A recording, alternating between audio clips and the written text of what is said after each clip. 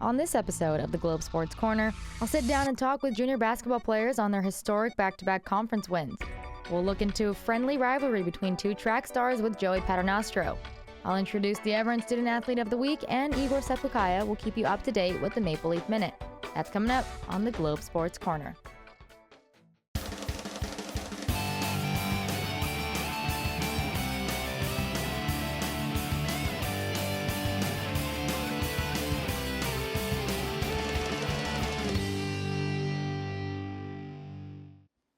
Welcome inside the Globe Studios on the campus of Goshen College. I'm Liliana Herrera, and this is the Globe Sports Corner.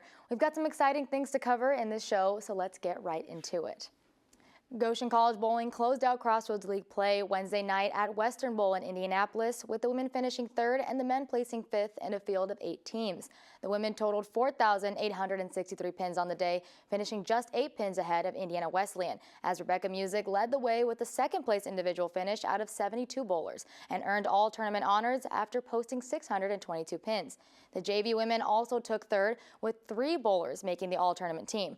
On the men's side, Goshen opened the day in first place after a 1,190 game, the highest single game score of the event, and finished with 5,145 pins. Matt Dominiano and Brendan Riley both earned all tournament honors, while JV bowler Davion Welch posting a career-high 680 series. Goshen is back in action February 14th and 15th at the Hoosier Classic in Indianapolis.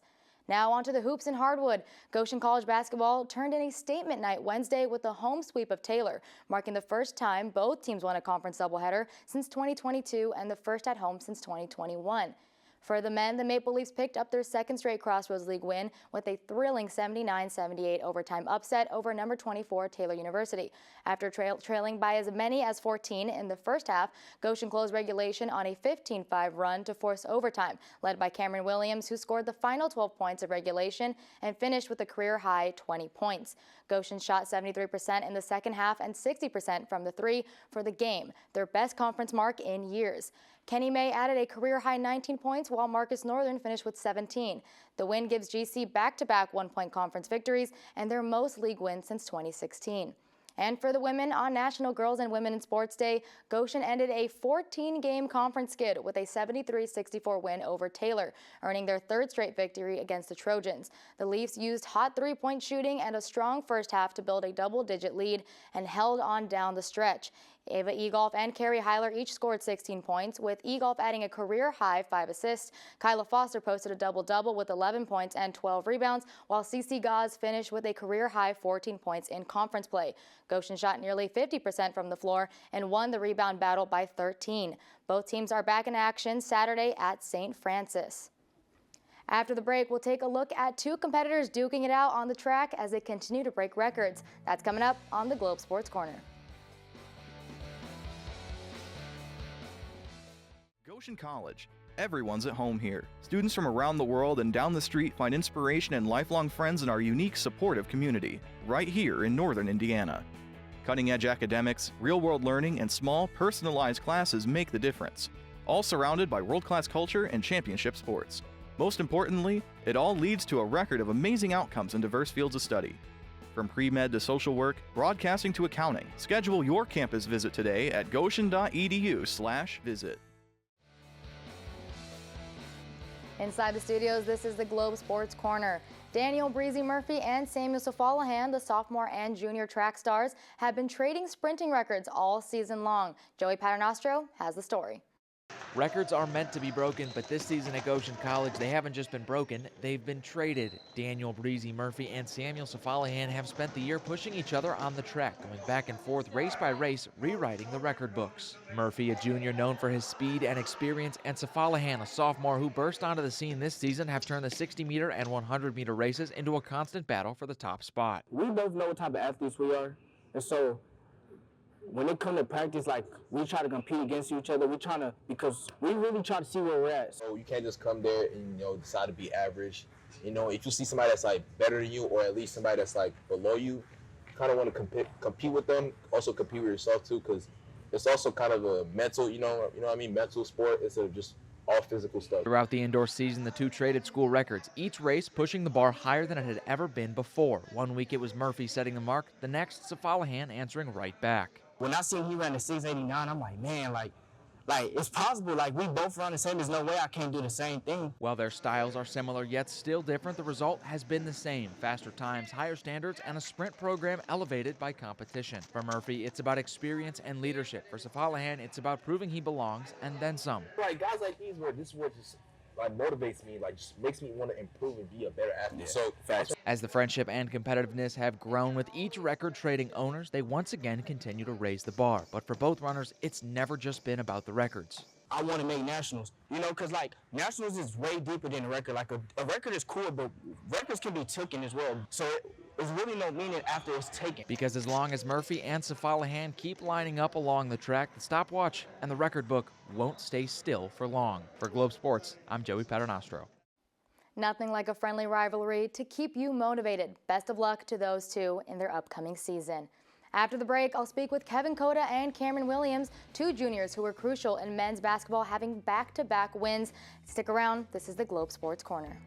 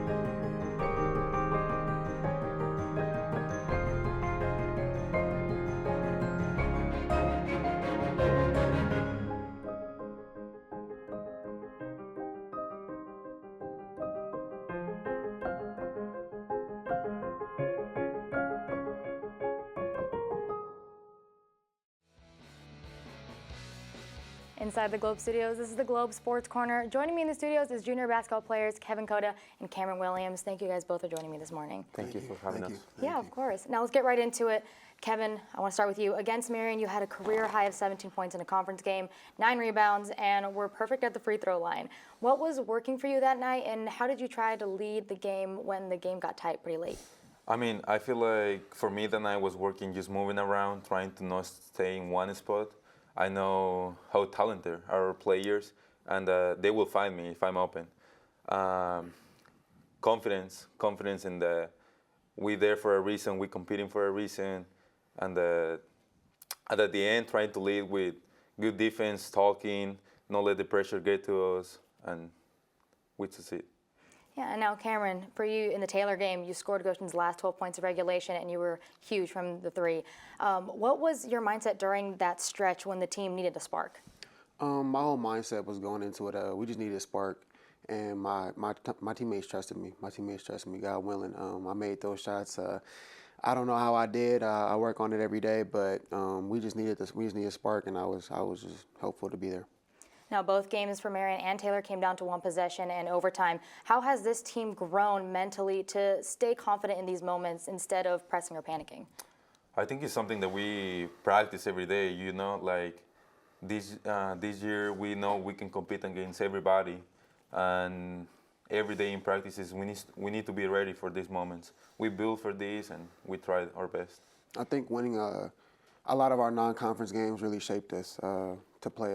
And once we played everyone the first time, we kind of learned our mistakes and came back the second time just knowing what to do. You guys have now won back-to-back conference games for the first time in years. How much do wins like these change the belief in the locker room about what this team can still accomplish this season?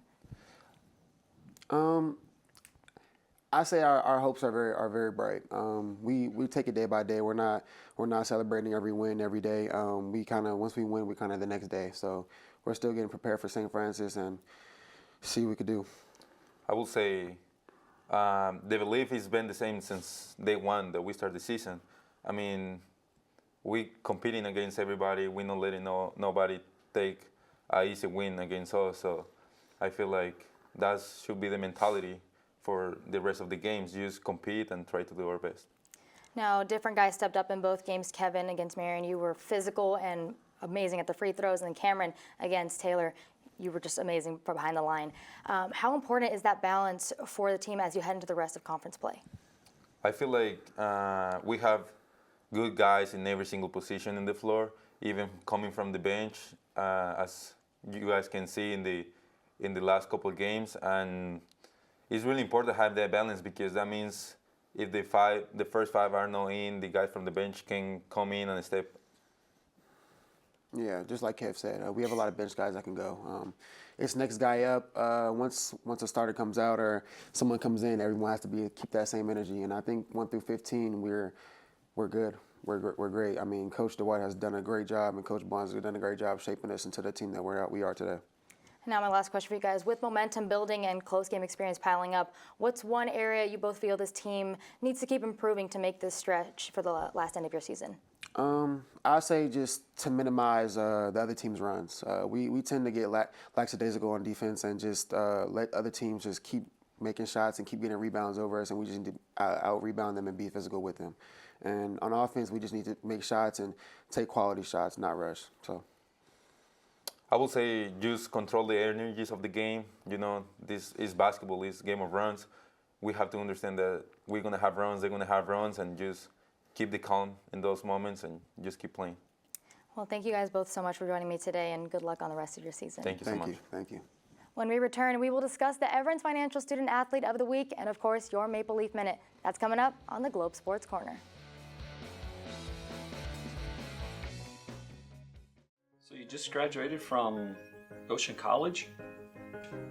What experiences prepared you for this job?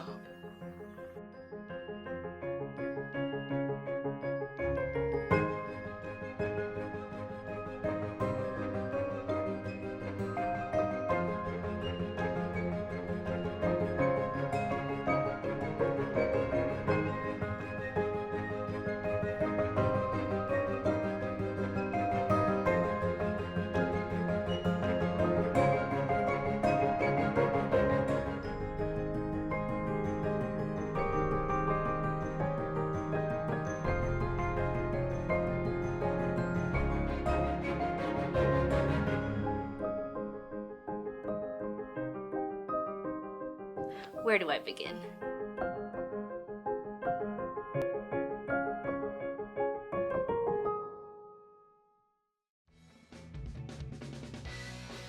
Welcome to the Globe Sports Corner. It's now time to take a look at your Everence Student Athlete of the Week.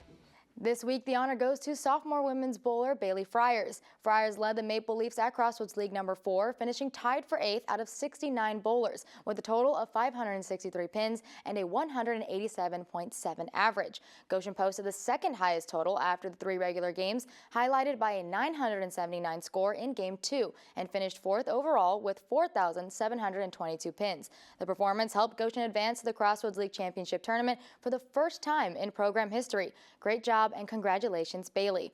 Now let's kick things over to Igor Sapucaia as he has your Maple Leaf Minute.